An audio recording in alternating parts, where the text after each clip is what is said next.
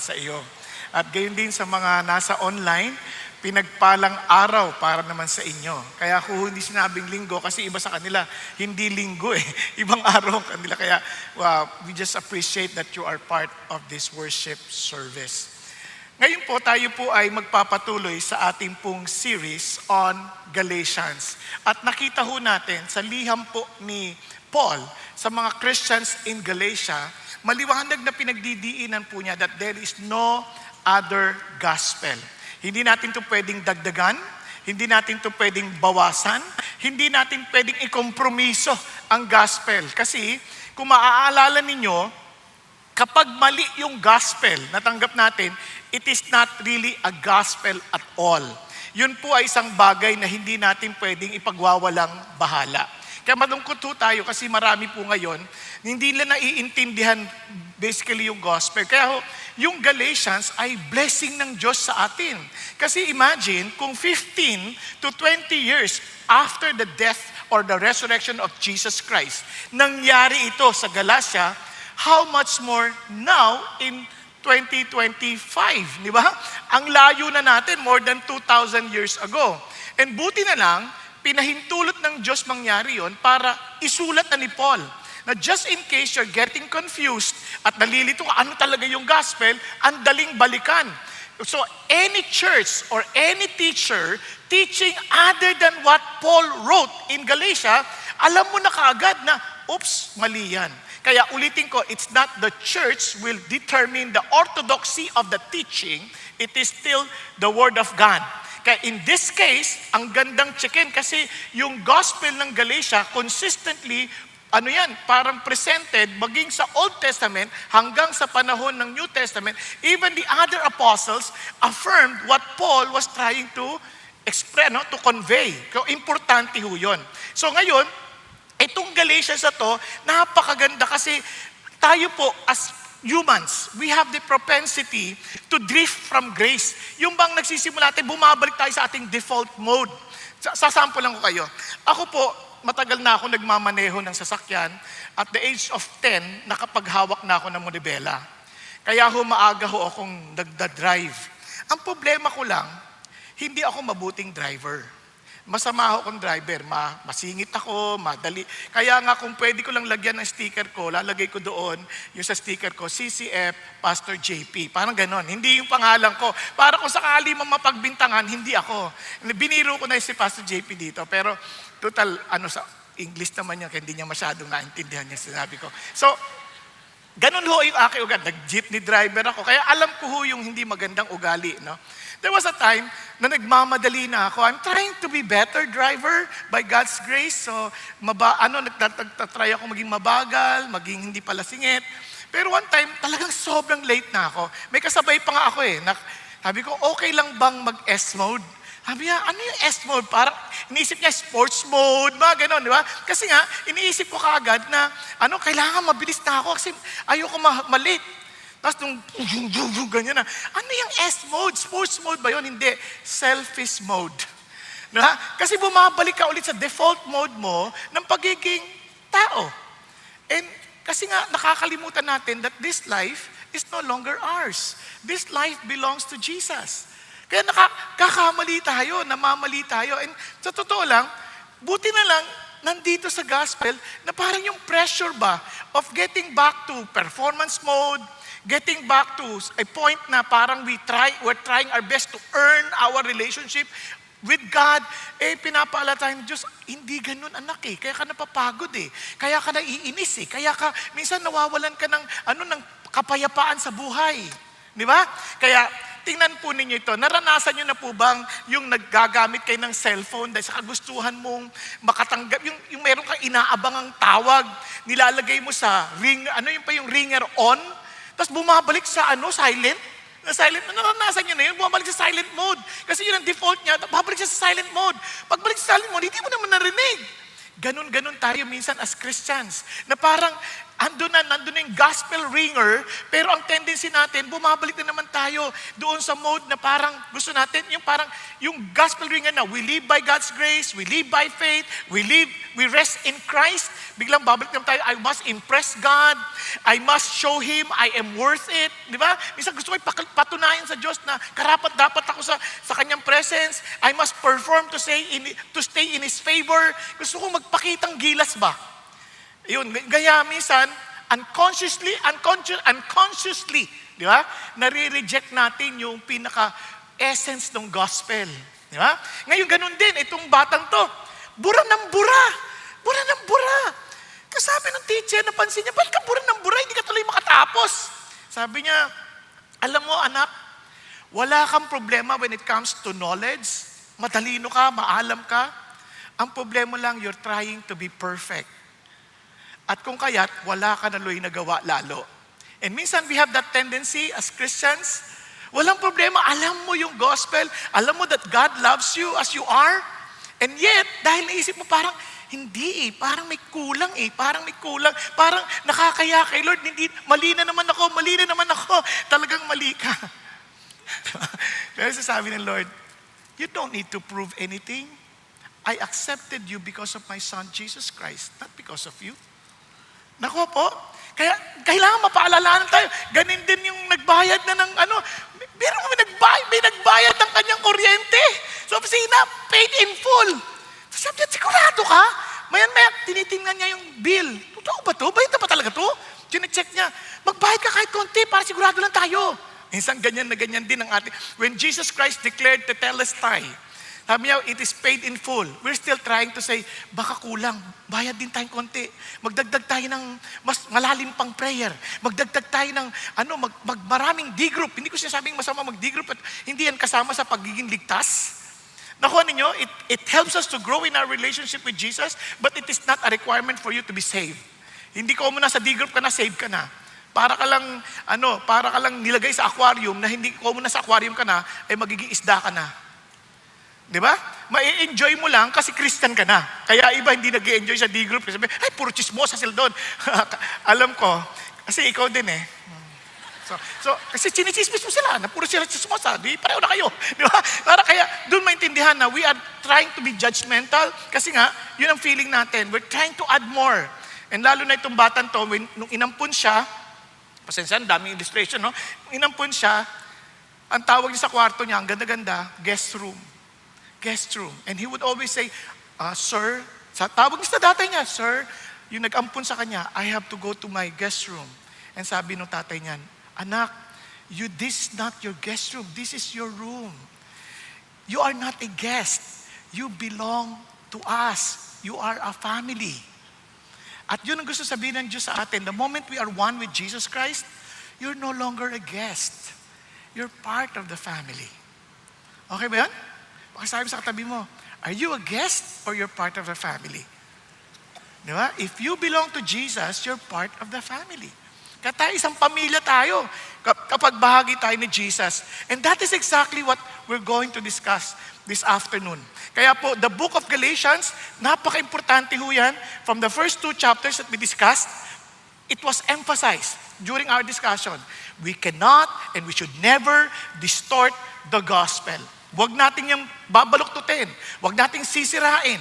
Kaya importante, we cannot add to it, we cannot change it because it came from God. Kaya dapat maliwanag tayo, ano yung gospel? Then we are to defend it with our life. No? Talagang ipagtatanggol natin to. We are not to compromise it. We are to make sure that we are clear on what we are protecting, and we are to be convinced na ang Christianity is not about our lives. It is, I've been crucified with Christ. It is no longer I who live, but Christ who lives in me. Did you napansin, every day of our lives, we make choices? Tama? And that choice, normally, when we choose, it's a choice between us and what Jesus Christ wants. Okay po? And kasi kailangan, paalalahanan tayo din. Ang dali tayong makalimot. Mamaya papaliwanag ko sa inyo. Kaya today, we will be focusing on what?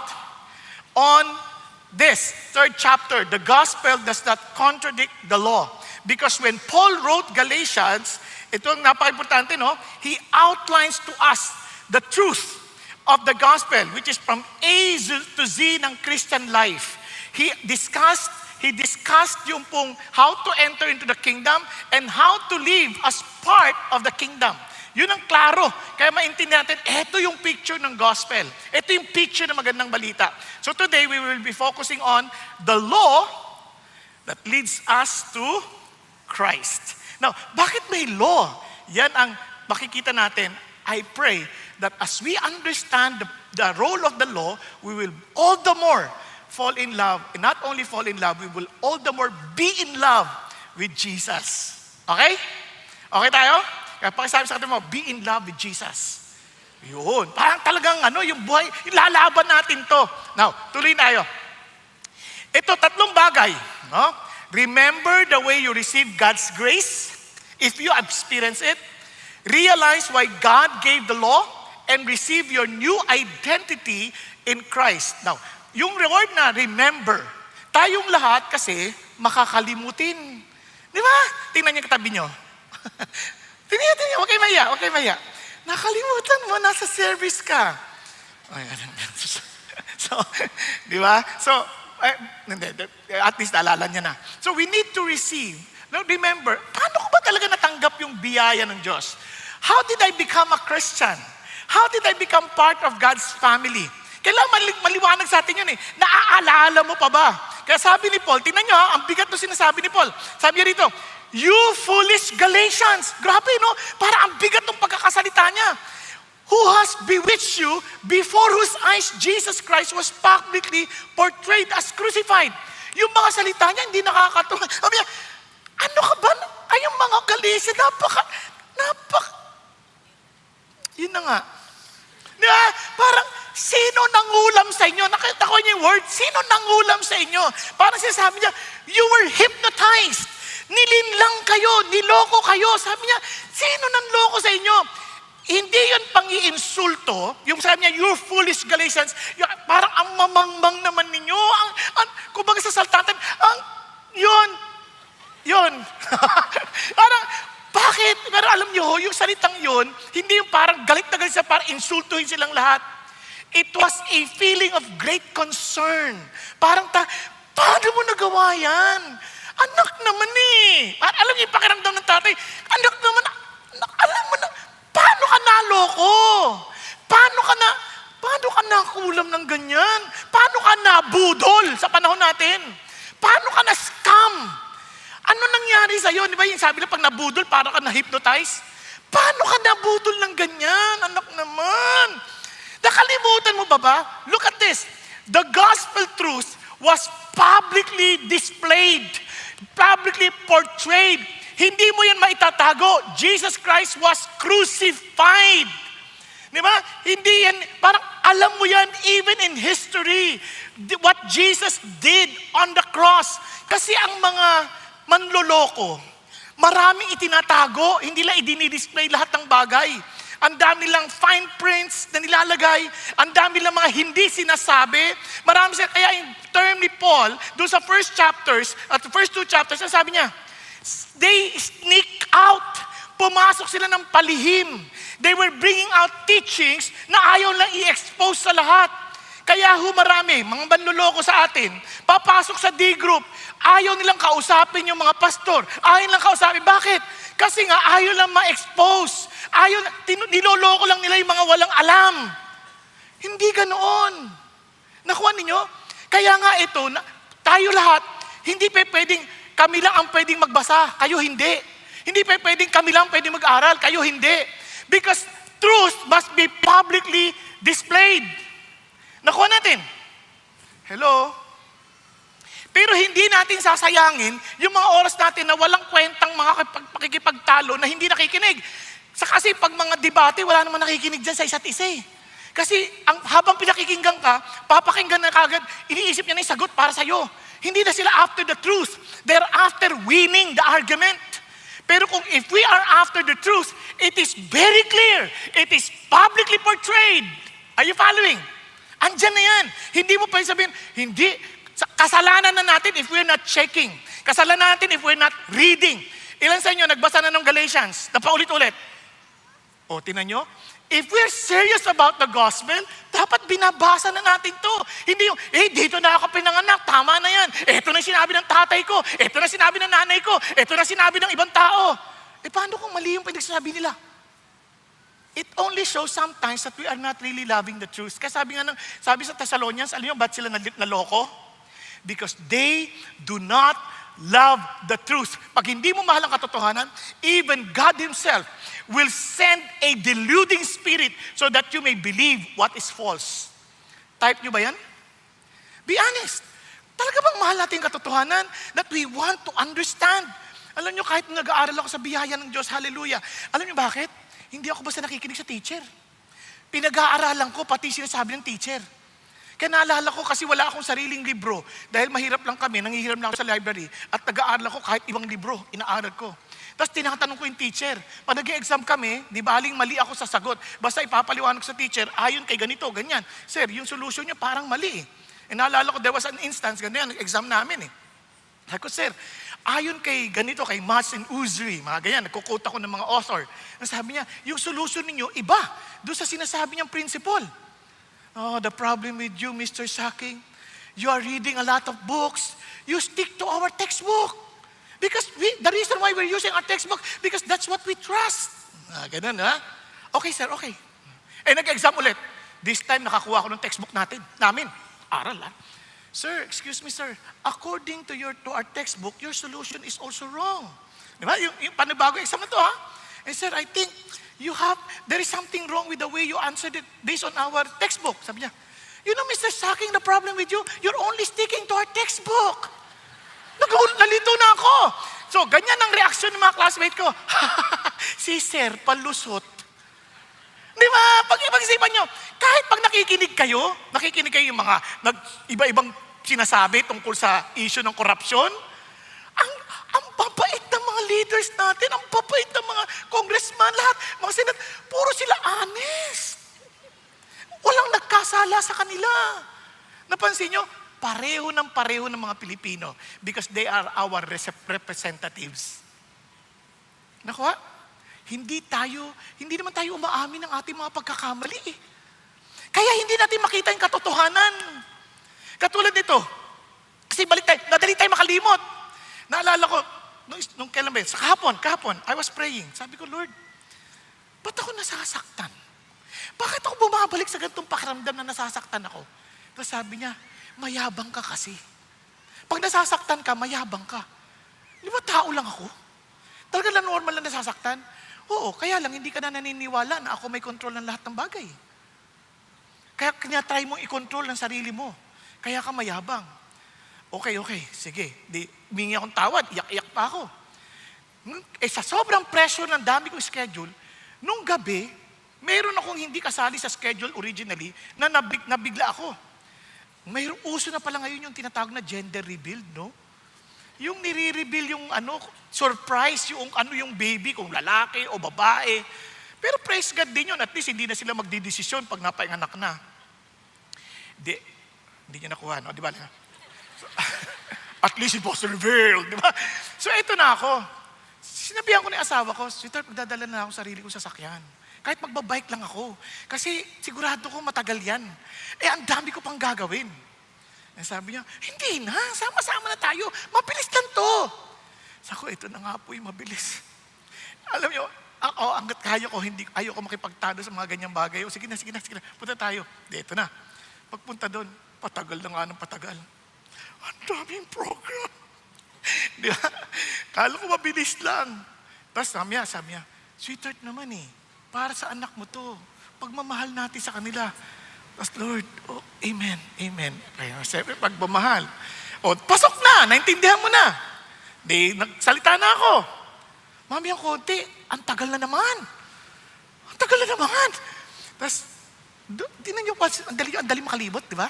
Kanina lang kasasabi lang ng Lord, dahil sa pagmamahal, gawin mo. Ngayon, babalik ka naman sa kayabangan. Ano ba? Hindi pa makitapos! Sa loob naman, hindi pa makitapos! Bumabalik na naman yung pagkatao mo na maiinis ka na naman, ang tagal-tagal. Kasi alam niyo po sa totoo lang, pagdating ko sa bahay, siyempre wala ako ng choice. Pinaalala ng Lord, ano ka ba naman anak? Tutulungan naman kita eh. Siyempre, ang hirap po maghabol ng yung aayusin may PowerPoint. Kasi gusto ko may PowerPoint na maganda para hindi kayo natutulog. Kaya inaabot na ako ng mga 12:00, hindi pa ako tapos. Sabi ko, Lord, paano ko ba gagawin to? Pray ako. Tapos sabi niya, anak, matulog ka na. Yung mga tao, tulog na. Matagal na. Kaya ikaw tulog ka na rin. Magpahinga ka na. Kasi una-una, the Lord gives to His beloved even in their sleep. I want you to rest. So tulog na ako. So what I'm trying to say is this, ganun tayo kadali makalimot. Ang dali natin makalimutan sa Jesus Christ was insulted on the cross. Ang dali natin makalimutan na Jesus Christ suffered on something that He did not commit. About a sin that He did not commit. Kaya it was publicly portrayed. Nagkakadiyan? Kaya tayo agad apektado. Kaya papansin nyo, balik-balik tayo. And I praise God na yung God salvation is really by grace, not based on our performances. Kasi kung performances lang na to, wala na tayong pag-asa. Hindi na tayo magiging Christian. Hindi na tayo maliligtas. Not one of us will be saved. Di ba? Okay ba yan? O, tuloy tayo. Tingnan niyo ha. This is the only thing I want to find out from you. Balik tayo ulit. Did you receive the Spirit by the works of the law? Or by hearing with faith? Para sinasabi niya, ang sinatanong niya, nung naging Christian ka ba? Dahil sa mabait ka? Dahil sa mga pinaggagawa mo? O dahil sa nanampalataya ka na si Jesus Christ died for you? Hindi na sinasabi niya, obviously the answer is, it was by faith. Tama? It was by faith. Parang it's a question, parang answerable by, it was by faith. Parang sinasabi niya kagad, malinaw na, di ba? Pero bakit tayo ganito? Bakit kailangan ng Espiritu? Remember in Romans, kung naalala pa ninyo yung ating aralin doon, no one can ever please God unless the Holy Spirit is in him. And everyone who does not have the Spirit of God does not belong to Him. Kaya ang Christianity is evident by the Spirit of God. Nakuha natin. Kaya it is a supernatural life. It is not something na inimbento natin. You become, your being has changed because of the presence of the Spirit of God. Kaya nga, I've been crucified with Christ. It is no longer I who live. Paulit-ulit yan eh. Now, balik na tayo dito. It's by faith. Natuloy pa tayo. Sabi niya, are you so foolish? Have you having begun by the Spirit, are you now being perfected by the flesh? Parang ito, nagsimula ka sa Espiritu, nagsimula ka sa by faith, pagkatapos sasabihin mo, ikaw nang bahala para i-maintain mo kung ligtas ka o hindi. Ganun ba yun? We cannot perfect it on our own flesh. Kaya nga sabi ni Jesus, I am the author and the perfecter of your faith. Nagkakanin yan. Hindi kumbaga, nagsimula ako kay Jesus, tapos ako nang bahala magtutuloy. Kapag hindi nag-fail ako, I'm dead. Hindi ganun. Pag sinimulan ni Jesus yung buhay, bubuin niya. Kaya sabi din ni Paul sa Philippians, what He began, He will complete it until the day He comes. Tama? Nakuha ninyo? Kaya nung naging Christian ka, nagwo-worry ka, Lord, tanggap mo pa ba ako? Mahal mo pa rin ba ako? Anak naman. Minahal ba kita dahil kaibig-ibig ka? Remember, you love me because I first loved you. Minahal kita, sukdulang ka ng sama noon, naalala mo? Ngayon namatay na ako sa iyo, sasabihin mo, hindi na kita mahal? Pwede ba magbago pa yon? Kung yung wala ka pang napapatunayan, minahal kita eh. Ngayon pa, magbabago ang aking pagtingin sa iyo? Naintindihan? Pakisabi sa katabi mo, asa ka bang mahal ka ni Lord? Hindi ninyo. Ayaw yung tingnan yung katabi nyo eh. Parang natatakot kayong malaman na, hindi. Hindi, natatawa lang. Ikaw ba, confident ka na mahal ka ni Lord? Alam nyo, maraming Christian hindi confident. Pag binasa nyo si John, matutuwa kayo. And the disciples whom Jesus loved. Ganun siya magsulat. Sino ba tinutukoy niya? Siya. Siya naman nagsulat dun eh. He was so confident that he is loved by Jesus. Kaya pagka tinanong sa sarili mo, ikaw confident ka ba? Mahal ka ni Jesus? Yes. Yes? Meron ba yes? Yes. Hindi ka convinced eh. Ulitin ko ha. Ikaw, kumbinsido ka ba? Mahal ka ni Jesus? O, di ba? Yung iba, yes! Parang Indian eh. Yes! Pero anyway, dapat kumbinsido tayo. Kasi bakit? Kasi that is exactly the point. Obviously, we began by faith. We receive the Spirit, then we experience the miracles and transformation of the Lord. Di ba? Kaya so then, sabi niya, does He provide you with the Spirit and work miracles among you? Do it by the works of the law or by hearing with faith? Di ba? Kasi ang yung mga nag-i-sneak out, sinasabi nila, okay, gusto niyo talaga ma-experience yung fullness ng God, salvation ng Diyos, you need to be circumcised. That's based on the covenant law ng mga Hudyo. You need to follow this mga rituals, you need to follow these laws, dapat ganun, to earn. There's nothing wrong about those laws. Ang problema, you have to do all of this para ma-earn mo yung favor ni God. And sabi ni Lord, hindi nga ganun eh. You already earned it.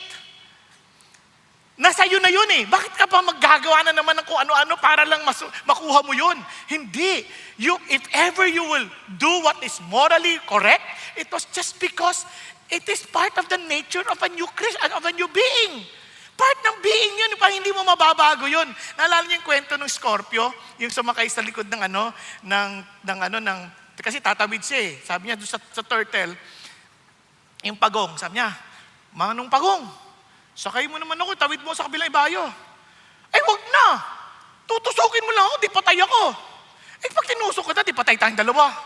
Malulunod tayo. Sabi niya, oo nga naman. Sige na, sakay ka na. Sumakay na. Hindi pa nakakalayo, tinusok na siya. Ba't mo ako tinusok? Mamamatay tayo. Hindi ko alam, nature ko atay. Nature niya kasi na manusok. It's something, if you become a Christian, yung nature mo, magbabago yun. Kaya magtataka ka, yung dating tuwan-tuwa ka, ngayon hindi ka na natutuwa. Nung hindi tayo Christian, paano tayo magkwentuhan? Pare ko, inuman, wala. Ilan na yun, no? 3 bote lang, wala yan. Isang case. Nga, ganun eh. Ang hina mo naman uminom. Ako, 2 case. Payabangan pa eh.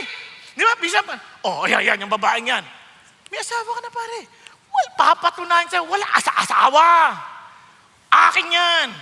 Payabangan pa eh. Pero ngayon hindi, para kang Joseph. Nung naging Christian ka, para ka ng Joseph, di mo maintindihan bakit? Ba't nagbago? May lumalapit ang babae, ay, Joseph, ganon. Hindi ka natutokso, parang, hindi. Biglang, ikaw na yung tatakbo eh. Ikaw na yung tatakbo. Dati, nung hindi ka Christian, grabe, ikaw naghahanap ng mga pangalitratong, mga sexing, ganyan. Ngayon, pag nakita mo, parang, kakaya naman.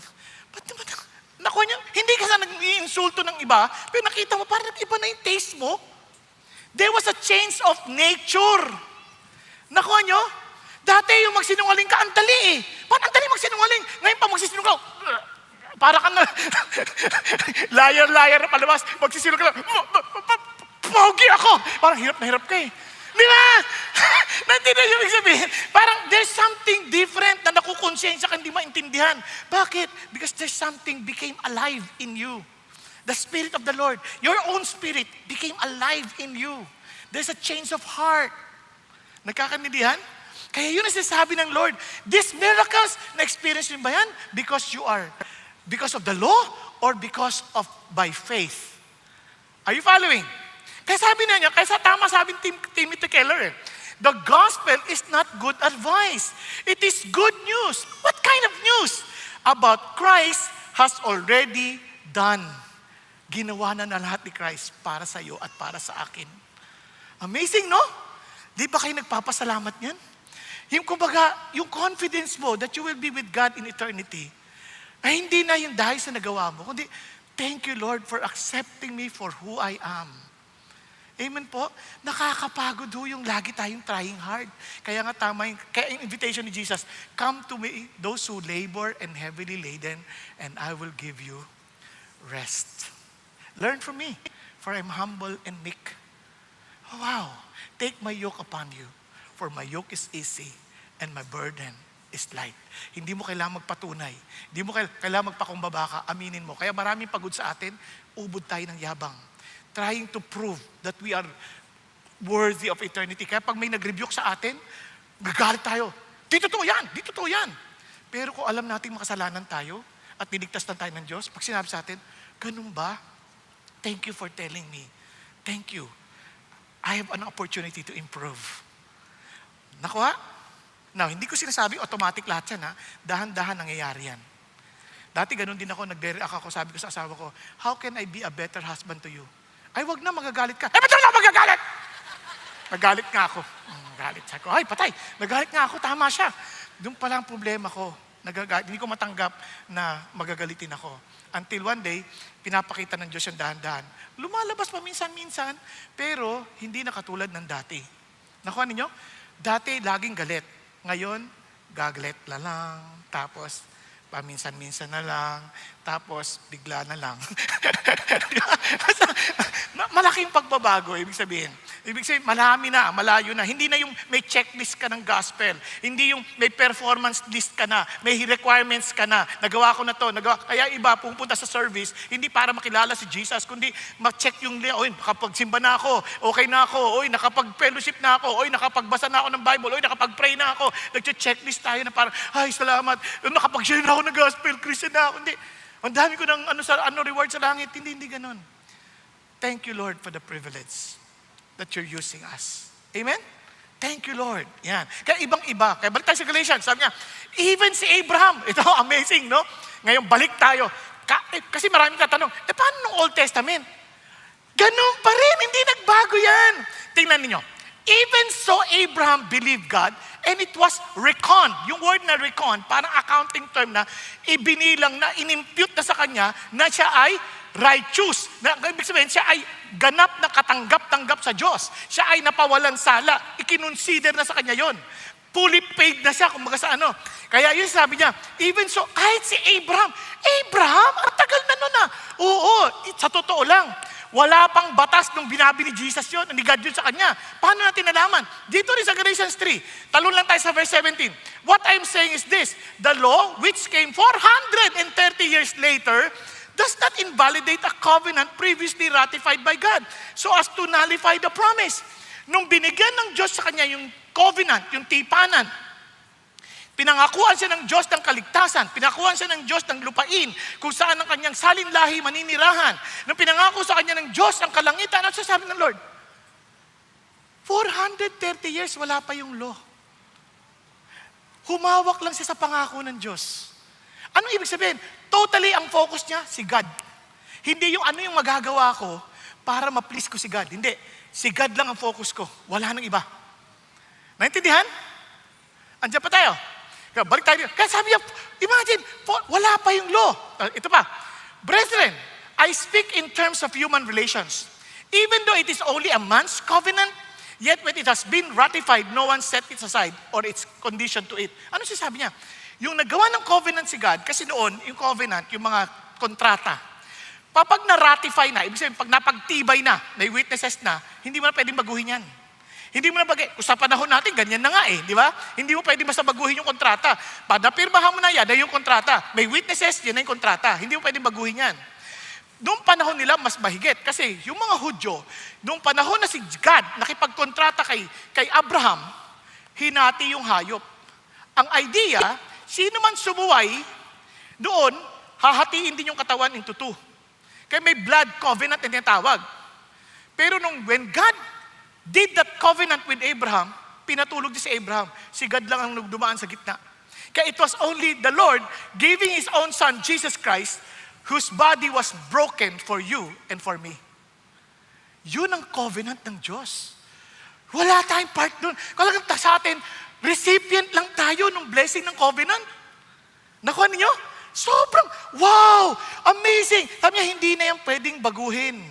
Kaya tama si Bob Daffindo. Sabi ni Bob Daffindo, the law came later. Nauna na yung law, later pa yung law. Kumbaga dito na yung pangako ng Diyos, yung law, saka pa yan. Sabi niya, it cannot cancel the earlier promise. Hindi niya na mababago yung pangako ng Diyos. And sabi niya, therefore salvation must still be by promise, not performance. Nagkakaintindihan? Parang isang mama, nag-apply ng trabaho. First day niya ng trabaho, tinanggap na siya. Tapos nagulat siya, pagtingin niya ng kanyang bangko, binayaran na ako agad. Wala pa ako nasisimulan. Sabi nung, tagpunta kagad yung mama. Sa HR, kausap niya HR, sabi niya, ma'am, parang mali po yung, binayaran na po ako, wala pa ako nagagawa. Ganito sa opisina namin, binabayaran na namin bago magtrabaho. Yan ay grace ng Diyos. Ganito rin sa patakaran ng Panginoon Diyos. Wala ka pang ginagawa, niligtas ka na. Hello? Di ba? Yun ang sinasabi ng Lord. Wala ka pa napapatunayan, niligtas ka na. Darang, tinanggap mo lang yung pangako, naniwala ka lang sa pangako. So balik tayo sa 7. Sabi niya, therefore be sure that it is those who are of faith who are sons of Abraham. So lahat ng nanampalataya, the way Abraham did, yan ang mga anak ng Diyos. Kaya ang tawag sa kanila, the scripture foreseeing that God would justify the Gentiles by faith. Nakikita niya na in advance. Yung mga hentil tulad natin, they will also be saved, similar to how Abraham got saved. Paano daw? Preach the gospel beforehand to Abraham saying, all the nations will be blessed in you. Kaya makita niyo sa Genesis 12, hindi ko nababasahin, at Genesis 22. Sabi niya, lahat ng mga bayan mapapagpala dahil sa iyo because your example will also be the same way these people will receive their salvation. It's by faith in the promise of God. Okay, Ben? Naniniwala ka ba sa promise ng Diyos? Now, kung naniniwala ka, iyo yan. Ito, tinan nyo. So then, those who are of faith are blessed with Abraham, the believer. Tayong mga tumanggap sa pangako ng Diyos. Yes. Now, let me ask you this. Huwag kayong mahihiya dahil nagtaas yung katabi nyo. Kahit, kasi sarili yung conviction ha. Naniniwala ka ba may buhay na walang hanggan ka na ngayon? Pakitaas sa kamay. Oh, good. Pansin nyo, marami hindi pa nagtaas sa kamay. Okay lang yan. At least alam mo kung ano yung kalalagayan mo. Now, marami sabihin, ang yayabang naman ninyo. Alam nyo na may buhay kayo walang hanggan. Yun ang sabi ng Lord eh. Oh, alam nyo, hindi lang si Paul nagsabi niyan. Kaya alam nyo yung consistent eh. Pati si John. Tingnan nyo si John. Kung tinanggap natin ang patotoo ng tao, ang patotoo ng Diyos ay higit na mas matindi. Sabi niya, kung tinanggap, dahil yung testimony ng Diyos, ito na dyan ka. Malungkot siya, no? Dapat nandito siya eh. Di ba? For the testimony. Sabi niya, dahil yung patotoo ng Diyos ay ito. Nagpatotoo siya tungkol sa kanyang anak. Na ang sino mang nananampalataya sa anak ng Diyos, meron siyang patotoo sa kanyang sarili. Na ang sino man na hindi nananampalataya sa Diyos, yung patotoo ng Diyos, ay ginagawa siyang sinungaling. So pag sabihin mo, kung yung patotoo ng Diyos, hindi mo pinaniwalaan, para sinatahasan mong sinasabi, sinungaling ka agad. Nakuha? Ayan. Because he has not, dahil hindi siya naniwala sa patotoo ng Diyos na ibinigay niya tungkol sa kanyang anak. Nasusundan natin. Now, ito mga tindin. Sabi niya, ano ba yung patotoo ng Diyos? Ito ang patotoo ng Diyos. Na nagbigay ang Diyos ng buhay na walang hanggan. At ang buhay na yan ay nasa kanyang anak. Ang sino mang may anak ay may buhay. Ang sino mang walang anak ng Diyos, wala siyang buhay. Itong mga bagay na to sinulat upang kayong mga nananampalataya sa pangalan ng anak ng Diyos, para malaman mo na ikaw ay may buhay na walang hanggan. Now, naniniwala ka ba na ikaw, ayon sa patotoo ng Diyos, na kapag si Jesus nasa sa iyo, ikaw ngayon ay may buhay na walang hanggan. Tama? Kung nandyan na yung buhay na kung wala si Jesus, wala kang buhay na walang hanggan. Pag hindi ka naniwala, bagamat tinanggap mo si Jesus sa buhay mo bilang iyong Panginoon, hindi na ikaw nabubuhay, kundi si Jesus na nabubuhay sa iyo, tapos hindi ka rin naniniwala na may buhay kang walang hanggan, ano sinasabi mo tungkol sa Diyos? Ha? Sinungaling! Ang kapal naman ng apog natin para sabihin yan. Kaya isipin nyo kung naniniwala tayo sa sinabi ng Diyos at nandiyan si Jesus sa buhay mo, ano meron ka?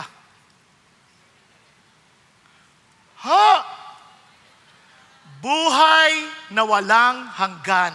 O, tanong mo yung katabi mo, ikaw ba naniniwala ka ba may buhay na walang hanggan ka? Nandiyan na ba si Jesus sa buhay mo? Yan ang tanong sa atin. Kasi kung wala si Jesus, kahit sabihin mo may buhay na walang hanggan ka, wala ka nun. Pero kung nandiyan na si Jesus sa buhay mo at alam mo na si Jesus talaga ang Panginoon mo, alam ko may buhay na walang hanggan ako. Sabi ni Lord ang dami ko pa rin pagkakamali. Dapat lang na maintindihan mo hindi tayo mape-perfect. Di ba? One day mape-perfect ka pero in time sa Lord na yon. Pero ang mabagay, hindi ka sinless. But you will notice something new. You will sin less, and less. Amen po?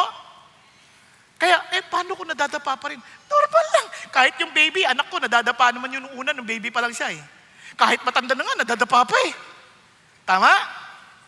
O so, hindi na ba siya tao dahil nadapa siya? Hindi ko na ba siya anak dahil nadapa siya? Hindi. Anak ko pa rin siya. Ang iba lang, ibabangon ko pa siya bilang tatay ko. Halika anak. At tayo magpatuloy maglakad. Hello? Yan ang Christian life. Yan ang Christianity na sinasabi ng Panginoon. Di ba? Ang sarap isipin yan. So balik tayo. Sabi niya, for as many as the works of the law are under a curse, for it is written, cursed is everyone who does not abide by all things written on the book of the law. Sino mang hindi sumunod sa kautusan ng batas, sinusumpa yan. Kaya sabi niya, to perform them. Yan ay hindi, kinote yan ni Paul sa Deuteronomy 27:26. Check nyo na lang ha, hindi ko na pupunta doon. Kasi mapapahaba tayo, maraming nagagalit. Ang haba naman mag-preach niyan. Kasi sa totoo lang, hindi ko pwedeng paikliin kasi pag hindi nyo naintindihan, gospel to, hindi ko pwedeng, hindi natin seryosohin pare-parehas. Di ba? Kung narinig mo lang yung dulo, nakatulog ka pa, patay. Kaya kailangan ko ulitin. Di ba? Ginagawa ko to dahil mahal ko kayo. Kung ako lang gusto kong pagsalita, 3 minuto lang, tapos na eh. Sarap ata nakatutulog ka pareho ninyo. Now, balik tayo. Sabi niya, so anong ginawa ni Jesus dito? Ine-explain ni Jesus, sabi niya, hindi niya tinanggal yung curse ha. Tingnan niyo ha. For as many as or the works of the law under a curse, for it is written, curse is everyone who does not abide by all things. So, in other words, pag hindi tayo sumunod, curse tayo. And ang problema, hindi tayo makakasunod talaga. As if God is looking for perfection. Kaya sinabi ni James ito, si James naman nagsabi, for whoever keeps the whole law and yet stumbles in one point, he has become guilty of all. No, wag na tayong lumayo. Sa 10 commandments na lang ng Diyos, yung 10 commandments, ilan sa inyo naka-perfect? Ha? Sinusumpa ka ayon sa Bible. Di ba? Di tapos sa tayo lahat. Walang perfect. Kahit ako, hindi naman ako perfect. Sa totoo lang, nung nalaman ko yung law, ay patay ka! Ano to? Di ba? Lalo na, yung law na yun, bare minimum lang yun. Kasi sabi ng Bible, thou shall not commit murder. Ang intindi na natin, uy, pumatay ka, yun, lagot ka.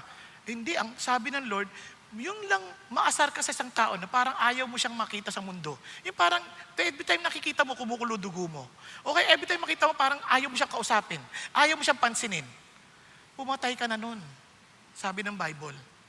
Dinagdagan pa ni John. Sabi niya, kung ikaw ay may nakitang kapatid na nangangailangan, kaya mong tulungan, hindi mo tinulungan, murderer na rin.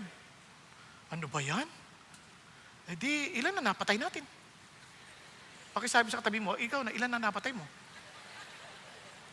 Tayo, mamamatay tao na tayo kagad. Ito pa, thou shall not commit adultery. Ang intindi lang natin sa adultery, yung nakipakapid lang sa kaya ang law naman natin ginagawa, pang babae lang yan. Babae lang pwede mag-commit ng adultery. Ang lalaki, concubinates. Diba? Ganun natin, excuse pa tayo. Pero totoo niyan, sabi ng Lord, hindi. When you look at a woman with lust, so sino kausap niya doon? Lalaki. Sabi niya, you have already committed adultery in your heart. Patay na naman. Sino dito hindi pa nag-isip ng masama sa ibang tao? Nag-isip ng kung ano-ano. Ako lumaki ako sa pornographic magazine eh. Kaya nung nagta-tricycle driver ako, lahat ng makita kong babae, nire-rape ko eh. Sa isip. Kaya matagal na ako adulterer, sabi ng Lord. Kaya bigla ako na-realize, impyerno talaga lahat ang aking deserve. Wala akong karapatan mapunta sa langit. Tapos na ako rito. Lalo na dinagdagan pa ng covet. Naku, huwag natin pag-usapan, hindi rin maintindihan basta-basta eh. So lahat tayo, yari na. Sabi niya, thou shalt not bear false witness against your neighbors. Tayo, nakakita lang tayo, uy, bagong kotse niya. Kurakot palagay ko yan. Di ba? May bagong kotse lang. Uy, ang ganda ng kotse niyo. Palagay ko yan, sa TBW, sa tatrabaho yan. Wala ka pang alam, ha? Di ba, bearing false witness na yun? Di ba, parang agad-agad nag-iisip ka na. May classmate mo, nag-aaral ka, ang taas ng grade. Nangopya yan. May kodigo yan, palagay ko. Agad-agad, kung ano na sinasabi natin, kinikwento pa natin sa iba. Di ba? Kaya, doon palang yari na tayo eh.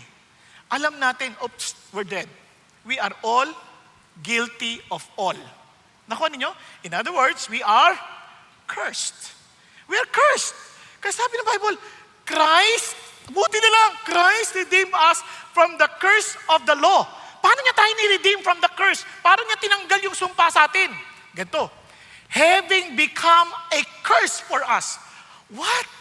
Hindi niya lang inalis. Siya na ang pumalit sa pwesto natin. Sa halip na ikaw at ako ang masumpa, kinuha niya yung sumpa sa kanyang sarili. Kaya nga sabi niya, He became curse for us. For it is written, cursed is everyone who hangs on a tree. Yun ang dahilan kung bakit He had to be crucified on the cross. Publicly portrayed para maintindihan natin that He took the curse from us. Instead na tayo, siya na. Pero mo, biglang wala ka ng sumpa. Theologically speaking, yung standing mo biglang naging ayos. Psychologically speaking, biglang nagkaroon ka ng kapayapaan. Di ba, sa totoo lang, pag sinabing, Pastor, totoo ba yung sumpa? Kasi sinumpa ako dati ng nanay ko eh. Sinumpa ako dati. Di ba lagi ka nababagabag? Biglang sasabihin ng Diyos sa'yo, wala ka ng sumpa. Kinuha ko na yon. Kaya wag mo intindihin kung sinumpa ka ng nanay mo, hindi ka makakapag-asawa. Hindi ka nakakapag-asawa dahil wala nanliligaw sa'yo. Yun lang ang dahilan. Hindi dahil sa sumpa, kundi dahil sa realidad na kulang talaga ang lalaki para sa babae. Nakuha. Pero isang bagay lang tatiyakin mo, hindi lalaki, kung ikaw babae, ang magbibigay ng kaligayahan sa'yo. Kung ikaw naman lalaki, hindi babae magbibigay ng kaligayahan. Lalong hindi yung kapareho mong kasarian. Tanging si Jesus lamang ang magbibigay ng totoong kaligayahan. Paano ako nakakatiyak? Maraming nakapag-asawa, hindi masaya. Kung hindi lang dahil kay Jesus. Naintindihan po? Kaya ang susi, si Jesus pa rin. Bakit? Kinuha niya yung sumpa theologically and psychologically. Amazing Savior. Kaya sabi ng Lord, in order that in Christ Jesus, look at the words, the blessings of Abraham might come to the Gentiles so that we would receive the promise of the Spirit through faith. Ano yung sinasabi ni Lord? That Abraham is blessed with the city built by God. And we're blessed that we will be there also in eternity. A city founded by God Himself. Yung blessing ni Abraham, blessing mo din. Atin na yan. Kaya very confident tayo to come to God in prayer. Confident tayo to ask God kung ano yung guidance sa atin just to keep us safe and talagang parang at peace. Naalala ko nung January, nung kinasal yung anak ko, nagpe-pray ako kasi gusto ko rin naman po magkaapo, di ba? Kinasal na. Nagpray ako, sabi ko, Lord, bibigyan mo kami ng apo ha, kasi gusto ko po nung, yung apo na magagamit nyo the way you used me in the ministry. Kung ipapahintulot yung, nangusap ang Diyos. Next year, may apo ka na. Sabi ko, talaga? Oh, it's a boy. Maliwanag. Sinabi ko sa anak ko, next year, magkakaapo na ako. Tapos sabi nung kasama ko sa namin, payong kapatid. Kung hindi nyo pa narinig, meron kami payong kapatid. Yung host namin, kasi walang anak, sabi ko, alam mo, sinabi sa akin ng Lord, next year, may apo na ako. Pastor, paano mo natiyak? Basta, sinabi na ng Lord sa akin. Tapos ito na, pagdating ng sinabi ko pa, March, nagbigay pa ako ng peche. Ay, hindi yung buwan. Sabi ko, mga bangdang March, kanyan. O di, yung anak ko, iyak-iyak, hindi pa rin ako buntis. Hindi pwede mo buntis agad kasi March paatras yan bilang. So, pagdating ng mga Hulyo, nagpe-pray ako ulit, Lord, baka mali dinig ko ha. Huwag mo ko papaya, dineclare ko na. Sabi niya, kung kahit mali ka, hindi ka kailangan mapahiya dahil ako pa rin ang didesisyon, hindi ikaw. Oo nga, okay. Pero, buntis na anak mo. True enough, July, buntis na anak ko. O, di ba? Tapos, papahula pa kung babae o lalaki. Di ba? Alam ko ng lalaki kasi nag-uusap na kami ni Lord. Di ba? Palagay ko, hindi naman magbabago isip ni Lord, no? Tapos, kahapon naghulaan, lumabas na gender reveal. Oh, lalaki. Oh, di ba? Praise God. So, ano ibig sabihin? Kasi tayo lahat, meron tayong relationship kay God. Hindi nyo kailangan, bakit siya kinakausap ng Lord? Ang totoo niyan, hindi mo kasi siya kinakausap. Kasi sabi ng Lord, my sheep know my voice and they follow me. Kausapin mo kasi. Huwag ka matulog. Kipag-usap ka kay Lord. Di ba? Sa totoo lang, hindi tayo nagsasabi. Sabihin natin, ang pagkakipag-usap sa Lord, sabihin mo yung niloloob mo. Lord, di mo naman ako pinakikinggan eh. Anak, ako hindi mo pinakikinggan. Oh? Bukas ang Diyos, nakikipag-usap ang Diyos sa atin. Andiyan na binigyan niya tayong Bible para basahin natin. Kikipag-usap siya sa atin. Sinulatan ka na in advance para makita mo na mahal tayo ng Panginoon. Kaya nga yung relationship na yan, hindi lang pang eternity. Pati ngayon, na-experience mo na siya. Amen po? Kaya sinasabi ko sa inyo nasabi niya, now that no one is justified by the law, in other words, hindi ka mapapawalan sala because of the law, before God is evident, for the righteous man shall live by faith. Baging sa ating pagpapasalamat sa pagkain, by faith. Baging sa buhay natin, by faith. Kaya hindi na tayo natatakot anuman dumating kasi we are living by faith because we know that our God is faithful, because we know that our God loves us, because we know God gave Himself for us. He died for us. He loved us so much. So we need just to follow His instruction. Wala tayong talo. Kaya iba ayaw sumunod sa Diyos. Bakit? Kasi nagdududa sila eh. Balikan mo yung cross. He died for you. Hindi siya nag-iisip ng anumang masama para sa'yo. Nag-iisip siya yung best para sa ating lahat. Kaya sabi ng Bible, however, the law is not of faith. Bakit? Kasi may action. Yung law, parang gawin ko to, para sigurado ako ligtas. Hindi ka by faith. By sight ka. Kaya sabi niya, he who practices them shall live by them. At hindi mo mape-perfect. Kaya sabi ni Lord, now the promises were spoken to Abraham and to his seed. And He does not say to seeds, hindi yung ibuo Israel. So as referring to many, but rather to one. And to your seed, that is Christ, Jesus. Ano sabi niya? What I'm saying is this, the law, which came 430 years later, does not invalidate a covenant and previously ratified by God, so as to nullify the promise. So sabi ng Lord, for if the inheritance is based on law, it is no longer based on promise. Kasi based on law na eh.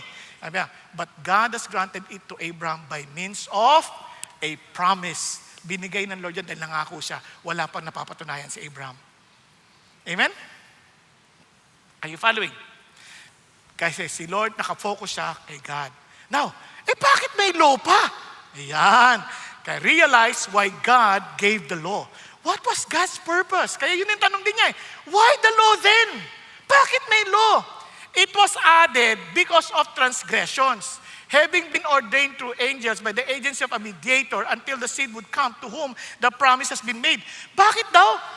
Binigay yan kasi sa kasalanan. Ano ibig sabihin ni Paul? Para i-reveal yung sin. Kasi kung wala yung law, hindi natin malalaman na makasalanan tayo. Hindi natin malalaman na tayo, rebellious tayo sa Diyos. Di ba? Kunyari, kung ikay nagda-drive, wala namang stop sign. Di ba? Paano malalaman na nag-beat ka ng red light? Wala namang stop sign. So hindi mo alam na mali yun. Kaya tuloy nagkabuti ka magkabagaba. Bakit? Kasi walang huminto. Wala namang kasing batas na sasabi nun eh. Pero nung nalaman mo na, ayun, masama pala yun. Kasi baka madisgrasya yung iba. So everybody has to follow the law. Nakuha ninyo? So yun ang sinasabi niya. Kasi pinapakita natin. Kasi bakit? Lahat tayo swapang. Lahat tayo makasalanan. Gusto natin tayo lagi una. Tama ba? Kaya pag nag-red, bakit kasi yun nandiyan dyan? Tingnan lang darating ako red. Ano gusto mo lahat green sa'yo? Ano yun eh? Ano ka? Congressman? Joke lang. Pero what I'm trying to say is this. Ang punto dyan, dahil makasalanan tayo, we need to know who are sinners. Kumbaga, at hindi lang yun, nare-restrain tayo, para napipigilan tayo na gumawa ng mali. Kasi kung walang law, ay yari na tayo dito. Sa totoo lang, ang gulo na natin. Napansin nyo ba yun? Halimbawa, yung CR, babae o lalaki, walang pambabae, walang panlalaki, sama-sama. Palagay ko ang gulo-gulo nyo na dun. CR pa lang yun. Buti na lang, mayroong panglalaki, may pambabae. Tama? Nakuha ninyo? Kasi merong nagsasabi, kasi ang gulo nga natin, kaya kailan meron. Yan, ito sasabi ng Lord. Kaya nga, inordain niya. Ngayon, sa paniniwala ng mga Hudyo, yung law, para ipakita nila na mas makapangyarihan yung grace, kasi yung law, dumaan pa sa maraming mediator. Una, natanggap ni Moses, pinadala ng anghel, at pagkatapos, yan ang mediator, until the seed would come. Hanggang dumating yung seed, pasa-pasa, maraming nag-deliver. Angel to Moses, Moses to the people of God. Kaya sabi niya nila, tiniya, paano pagkakaiba? Now a mediator is not for one party only. Maraming dinaanan. Pero yung promise, si God lang. Si God lang. God and Abraham. Same thing with us. We became Christian hindi dahil sa agency of man, tapos ikaw, hindi. It's something personal. God is inviting you and you have to respond to God. Hindi ka kailangan mag-respond sa akin. Kay God ka mag-respond. Nakuha niyo, when you heard the message, it was the Lord speaking to you, not me, but you have to respond directly to God. Kasi isa lang ang mediator. Si God lang. Si Jesus lang. Nang sabi, there's only one mediator between God and man. Si Jesus lang. Nakuha? Andiyan pa kayo? Kaya maliwanag dyan, sabi niya, only one. So ano siya sabi dito? So, kung ikaw ay yung law, mas less, hindi siya, kaya mas superior yung promise kasi multiple steps, multiple parties, multiple mediators. Pero kaya yung law napaka-indirect, napaka-distant, at requires a lot of mediators. Samantalang yung promise ng Diyos, yung kaligtasan natin, yung grace, diretso. Okay? Kaya hindi mo kailangan maging membro ng CCF para maligtas ka. Hindi mo kailangan dumaan pa kung sinong anak ng Diyos. Si Lord lang. Because the only way is Jesus. I am the way, the truth, and the life. No one can come to the Father except through me. Hindi nyo kailangan dumaan sa akin, magbayad kayo sa akin, itong kaligtasan ko. Walang ganon. Nakuha nyo? Wala akong maitutulong, kundi mag-share lang ng gospel dahil yun ang sinasabi ng Lord. Mensahero lang ako, kayo pa rin magdidesisyon on a personal level. Kaya kahit nagdesisyon yung tatay mo, hindi automatic, pati anak mo ligtas na. Nakuha nyo? Kailangan diretso siya kay Jesus. Okay ba yan? Andiyan pa kayo? Good. Yan. At least maliwanag tayo. Now, tuloy tayo. 21. Ang sabi niya, is the law the contrary to the promises of God? May it never be. For if a law had been given which was able to impart life, then righteousness would indeed have been based on law. Kung yung law pala, magiging righteous na tayo, edi, di na natin kailangan ng grace. Di na kailangan si Jesus. Pero hindi Natuloy tayo. But the scripture has shut up everyone under sin, so that the promise by faith, yung pangako, in Jesus Christ might be given to those who believe. Kaya doon mo intindihan, if we understand fully na wala tayong maidadagdag doon, yung promise tatanggapin mo lang, ay, sobrang ginhawa. Kaya tayo, ulitin ko ayos ang ating relationship kay God, hindi dahil sa performance natin, kundi dahil sa ginawa ni Jesus sa krus para sa atin. Are you following? Kaya ang kulit-kulit ni Paul. Natuloy pa tayo. But before faith came, we never kept in custody under law, being shut to the faith which was later to be revealed. Ano sinasabi niya? Yung law, nag-e-expose sa atin. Parang ano yan, no? Parang MRI. Ang MRI. Pagka nagpa-MRI ka, malalaman mo yung problema mo. Pero hindi ka magagamot. Iba yung procedure ng paggagamot. Parang katulad ng sabi ng yung anak niya, napilayan. In X-ray, kita nga, bali yung buto. Pero, yung X-ray, hindi nagpapagaling ng pagdudugtugin ulit yung buto. Ganon din ang ginawa ng law. Ito yung law, nalaman natin, makasalanan tayo. So, kailangan natin ng solusyon. Si Jesus yung solusyon. Nakuha? Yun yung good news. Tapos, sabi ganon, kaya ano pang ginawa ng law? Ginawa niya, custody. Yung word na custody, parang kang binantayan. Nilagay ka sa isang kwarto para hindi ka magkasala. Kasi parang, ang lakas mo, parang sobrang nawabaliw ka na, nananakit ka na. Ang gagawin niya sa'yo, yung law, lalagay ka doon para kang nilagay sa kwarto. Tapos nilock. Para hindi ka makapatay.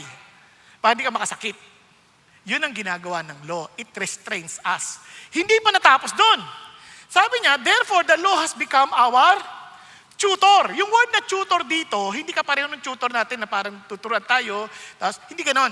Yung dito, yung word na tutor, para siyang guardian or babysitter na matapang.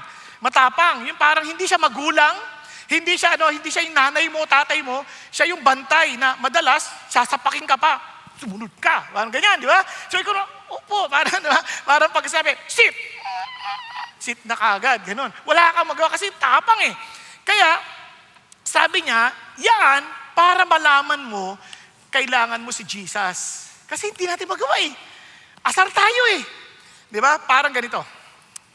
Paano ba maganda illustrate? Parang ganyan.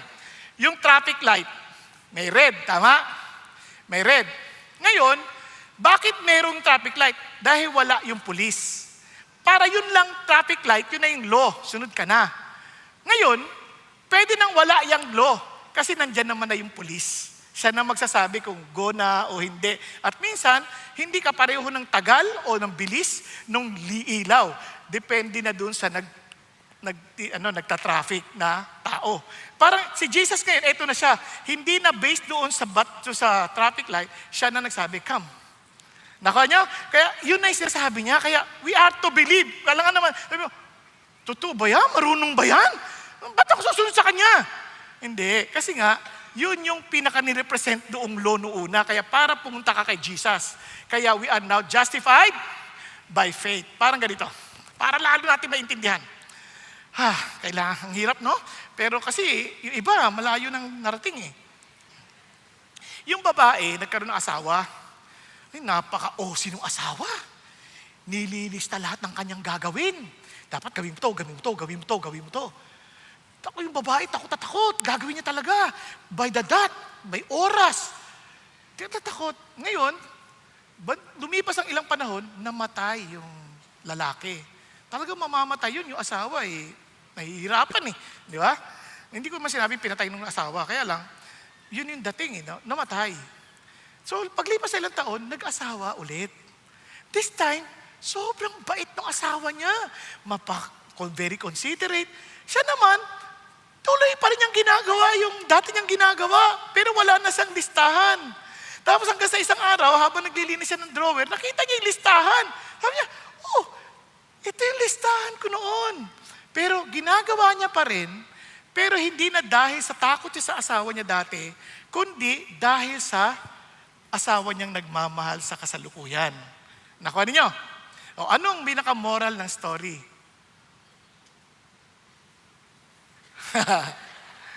Magaling yung tutor? Hindi, ito ang idea. Bagamat yung tutor, tinrain tayo in preparation of the coming of Christ. Pero this time, not to gain favor, but because of the favor we receive from the husband, ito na ngayon, we are doing exactly what we were prepared to do before. Nakuha natin? Tama? Kaya hindi pa rin tayo pumapatay, at sa totoo lang, mas higit pa nga, handa na tayong mamatay para sa iba. Tingnan mo yung katabi mo, handa ka bang mamatay para sa kanya? Pastor, patay na ito ata eh. Hindi, gising yan! Ko talaga, di ba? Nakuha niyo yung difference? Nakuha niyo yung difference? Iba na, di ba? Hindi lang, kaya yun ang sabi ng Lord eh, iba na, parang iniisip mo na yung ikabubuti ng tao, even at the point that you are willing to sacrifice for God's glory. Amen? And because of that, dahil, bakit natin nagagawa yun? Because we already received our new identity in Christ. Bago na tayong nilalang. We are no longer the way we used to be, but we are now a new creation. Kaya sabi ng Bible, tingnan nyo, but now that faith has come. We are no longer under tutor. Wala na yung tutor. Diretsa na tayo. Ano na tayo? You are all what? Sons of God through faith in Christ Jesus. Dahil kay Jesus, ano daw tayo? We are now what? Sons of God. Hindi na tayo employers, hindi na tayo performers, hindi na tayo spiritual orphans. Tayo ngayon ay mga anak na ng Diyos. And look at the words, hindi yan parang hindi gender sensitive. Yung kasi tinranslate sa NIV na children kasi gender sensitive na raw. Parang naaalis na bakit hindi babae. Hindi nyo naintindihan. During the time of writing, yung sons, sila yung mayroong karapatan. Na wala yung babae, wala. Kaya, kailangan ma-emphasize yan kasi para maintindihan natin, yung sinasabi ng Lord na karapatan, binigay sa'yo. Ngayon, regardless whether babae lalaki ka, the same right and inheritance, binigay sa'yo. Nakuha natin. Kaya, importante yung pagkakasali na yan. Now, hindi lang doon natapos. Sabi rito, for all of you who were baptized into Christ, have clothed yourself with Christ. Wow! Mula ngayon, hindi ka na naked.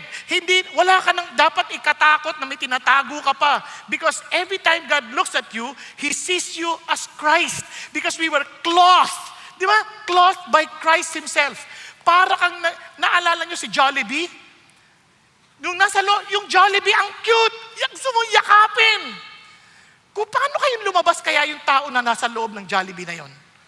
Nagkataon ng mukha ay hindi cute.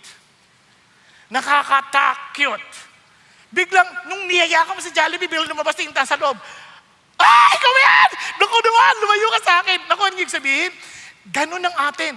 In our own self, pag nakita sa ang sama natin, ang dungis doon. Pero ang ginawa ng Diyos, binalutan tayo ng Panginoon Kristo. We are clothed with Christ. And from now, every time God looks at you, hindi niya nakita yung kasamaan mo. Nakita niya si Jesus. His very own Son. Kaya nga, pag tinatanong na, anong feeling pag marami nagpapalitrato sa'yo? Tinanong ko dati yan eh. Anong feeling? Mascot. Because they do that because of Jesus, not because of me. Kung ako lang, hindi niyo ako type. Dahil lang sa nakita niyo, dahil akala niyo, kay Lord to, servant ni Lord. So, because I'm a servant of the Lord, naiisip niyo si Jesus, hindi ako. Pero kung ako lang palagay ko, hindi niyo ako magugustuhan. Nakuha? Alam ko. Kasi, pagka minsan, pagising ko sa umaga, ay, ano ka ba? Magsipilyo ka na. Alam mo na kaagad eh. Nakuha natin. Minsan, maghapon ka na, iba na yung amoy mo, ang asim na. Di ba? Pero dahil kay Jesus, ang halimuyak ng Diyos, ang ating naaamoy. Amen? Ganun din sa ating pamilya. Kaya every time you look at and relate with other Christians, don't look at them as they are. Look at them as Jesus. Di ba? Kasi bakit tandaan ko, mamahalin ko to dahil si Jesus ang minamahal ko. Okay po? Pakisabi sa katabi mo, mahal kita dahil kay Jesus. Dahil kay Jesus. Diba? Hindi pa tatapos dyan. Grabe. Ito pa sinabi niya, there's neither Jew nor Greek, neither slave nor freeman, neither male or female, for you are all one in Christ Jesus. Grabe naman. Ibig sabihin, we are all united in Christ. We are all equal in the sight of God. Hindi sinasabing wala nang lalaki, wala ba? Hindi sinasabi yun. Sinasabi lang, in terms of how God sees that, wala nang favoritism. We are all equal in His sight. Because everyone now is being seen as, again, one body in Christ.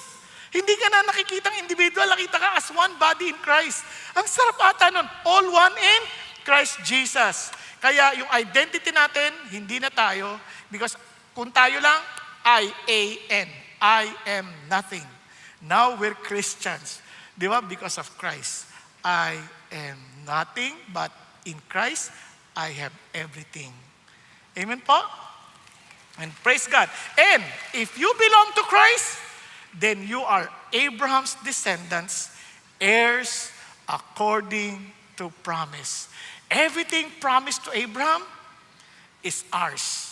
The blessings, righteousness, inheritance, we are not just forgiven. We are adopted to royalty. Hindi ka lang pinatawad. Sabi niya, part ka na ng family namin. You belong to this royal family. Amen? Now, pakinggan lang natin isang patotoo. Mabilis lang, mapatotoo ni Savani Schultz para maintindihan natin anong feeling ng wala kang totoong pamilya at nagkaroon ka ng pamilya.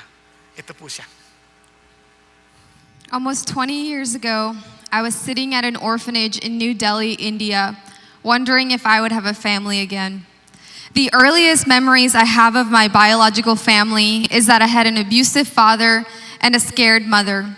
I remember walking into my dad beating my mom countless times and even trying to protect her as a young child. Eventually, my parents separated, and my little brother and I would go back and forth to visit. One day, my mom was taking my brother and I to the train station to visit our dad. I'll never forget this day. We got to the train station, which was half empty at this point. The train we were going to board was just pulling in. As soon as the doors opened, it seemed like millions of people flooded out, and the once empty train station was swarming with people. I remember holding my little brother's hand on one side and my mom's hand on the other side. Everything happened so fast. The swarm of people started to flood our way, and my hand was ripped out of my mom's. I remember crying out in fear, "Don't let go of my hand, Mom. Please don't let go." Before I knew it, the train station seemed to go back to normal, and my mother was nowhere in sight.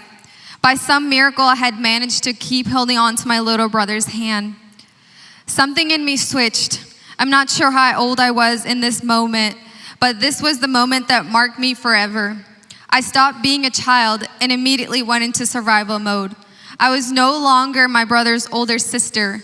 At that moment, I became his mother, his protector, and his means of survival. I would do anything it took to keep him safe, even if it meant bearing my own emotions, fears, and traumas. After what seemed like an eternity, we gave up trying to find her at the station. Suddenly, out of nowhere, a policeman came and grabbed us and put us on the next train. When we finally got off the train, the man took us to an orphanage that was only for small babies. This is where I began to lose it. I started screaming, kicking, and fighting. The man and the caretakers tried everything to get me to calm down. But since they couldn't get me to calm down, they locked me away in an outdoor area. I was completely alone in the dark with only the cold air to comfort me. I remember screaming out into the darkness for someone to help me, but was only met with angry voices telling me to be quiet. I remember crawling under a bench and crying. It was at this moment that I felt the presence of God for the first time, although I wouldn't know it until later. His presence came in the form of a warm breeze. As I was shivering under this bench, I said out loud, "I'm so cold." And immediately this breeze came over me like a warm hug, and I fell soundly asleep. The time that we spent at this orphanage was a blur. They ended up transferring us to a different orphanage where kids our age were housed. But I didn't expect that we would be there for the next 3 years, and they were not going to be easy years. Even though ending up in an orphanage was nothing short of a miracle, it was still a very dark and twisted place to end up in.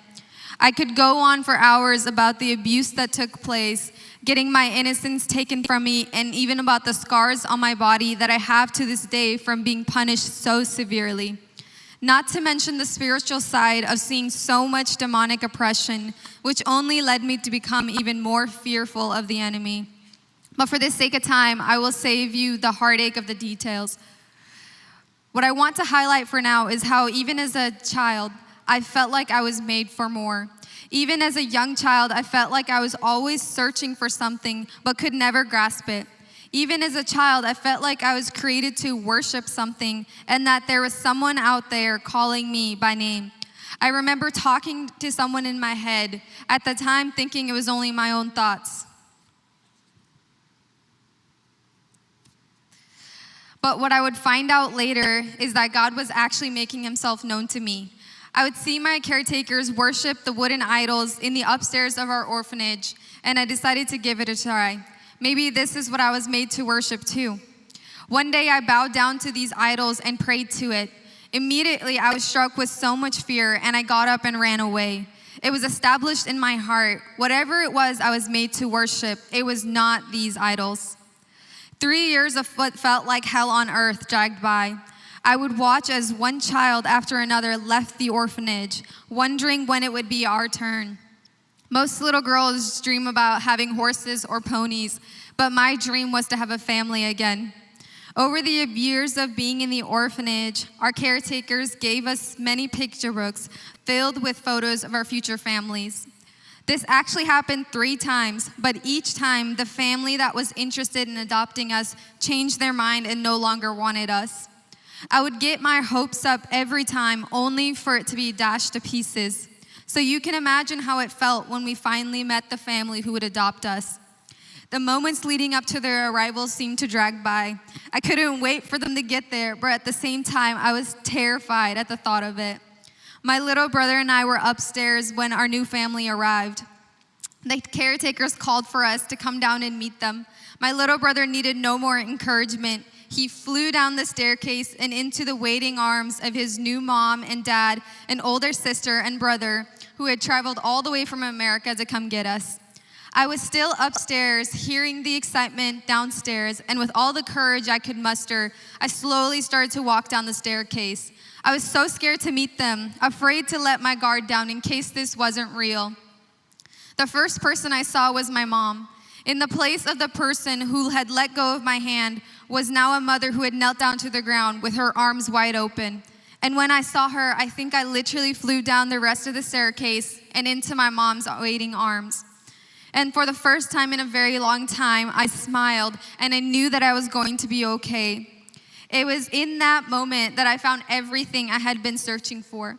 Because the love of God inside of my parents broke down the language barrier we had. And I knew in that moment that God was real and He was the one I was created to worship. He was the one I had been searching for. God has continued to faithfully walk alongside me, redeeming everything that the enemy has stolen from my life. Last year, I even got to go back to the orphanage I was adopted from and see my caretaker who was still there after all these years. It was only by God's grace that I was able to go back to the darkest place in my life with so much healing and gratitude for what God has done. My story is living proof that God is after each of us, and He will make Himself known to us. He Himself will reach into the very pit we find ourselves in, and He will be the hand that rescues us. Today, I am a wife to the most incredible man and a mother to our beautiful baby girl. God has called me to share my story to those around me and also through social media, reaching many with the same hope and redemption He has given me. But most importantly, today I am no longer a lost little girl. Today I am a redeemed, found, saved daughter of the one true living God who made Himself known to me long before I even knew He existed and whose hand has been so evidently in my life since the very beginning. Thank you so much. Praise God, praise God. Napansin niyo po yung pain na wala kang home, no? And alam niyo, you don't need to be an orphan to experience that. Lahat tayo, we want to belong. We want to be accepted. We want to be just who we are, na hindi tayo kailangan magsuot ng maskara. Kailangan natin, lahat tayo naghahanap ng ganong tahanan. And God is telling you, you are welcome here. Not here, but in Jesus Christ family. Kaya sinasabi ng Lord sa atin, parang batang ito, nung bata po siya, naawa po na I will end. Inadapt po siya na isang missionary. Nung nakita siya, natutulog lang lagi siya sa floor. So, nagulat po siya, nung na-adapt na siya, sa floor pa rin siya natutulog. Sabi nung, tas night after night, kukunin siya ng tatay niya, ilalagay siya sa kama. At ibubulong sa kanya, son, sa'yo to, kabahagi ka na namin, anak kita, huwag ka nang matutulog sa sahig. Eventually, the boy believed it and rested. And Paul is just whispering the same truth today to all of us. Hindi ka na slave. Hindi, ikaw ay anak na ng Diyos. You are clothed with Christ. You are an heir, tagapagmana ka na. Huwag ka nang bumalik sa sahig.